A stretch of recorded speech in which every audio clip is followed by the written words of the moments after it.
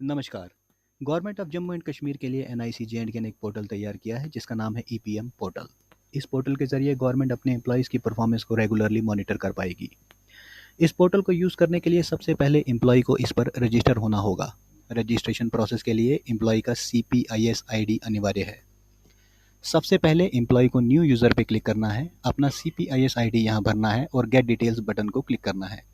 अगर उसका CPIS ID valid है तो यहाँ पर उसकी डिटेल्स फ्लैश होंगी। उसे नया पासवर्ड क्रिएट करने का ऑप्शन दिया जाएगा। वह वहाँ अपना पासवर्ड भरेगा और अपडेट करेगा। इस तरीके से उसका लॉगिन क्रिएट हो जाएगा। लॉगिन क्रिएट होने के बाद एम्प्लॉय इस पोर्टल पर लॉगिन हो सकता है। उसे यूज़र नेम की जगह अपना CPIS आईडी डालना है। पासवर्ड की जगह जो पासवर्ड उसने क्रिएट किया वो डालना है और कैप्चा भरना है।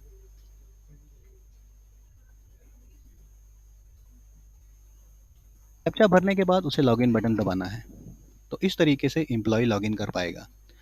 लॉगिन करते ही उसके सामने एक स्क्रीन आएगी जो उसका डैशबोर्ड है।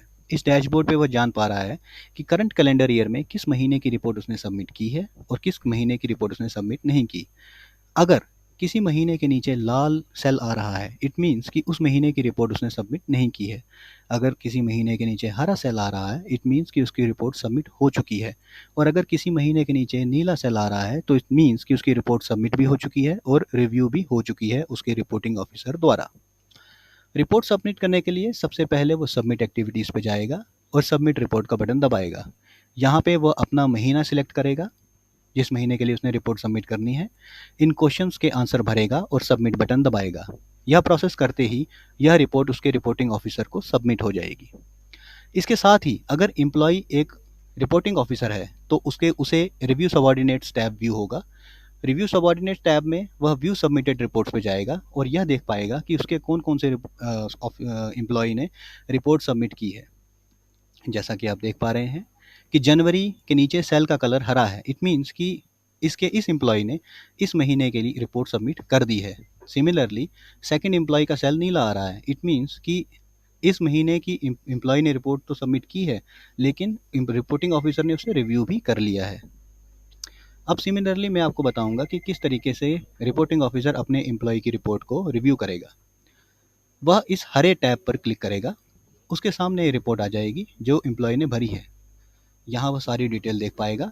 अगर रिपोर्टिंग ऑफिसर अपने एम्प्लॉय के साथ एग्री करता है तो वो एग्री पे क्लिक करेगा। उसे 10 में से कुछ ग्रेडिंग रेटिंग देगा, से 7.5। रिमार्क्स भरेगा, ओके, और सबमिट करेगा।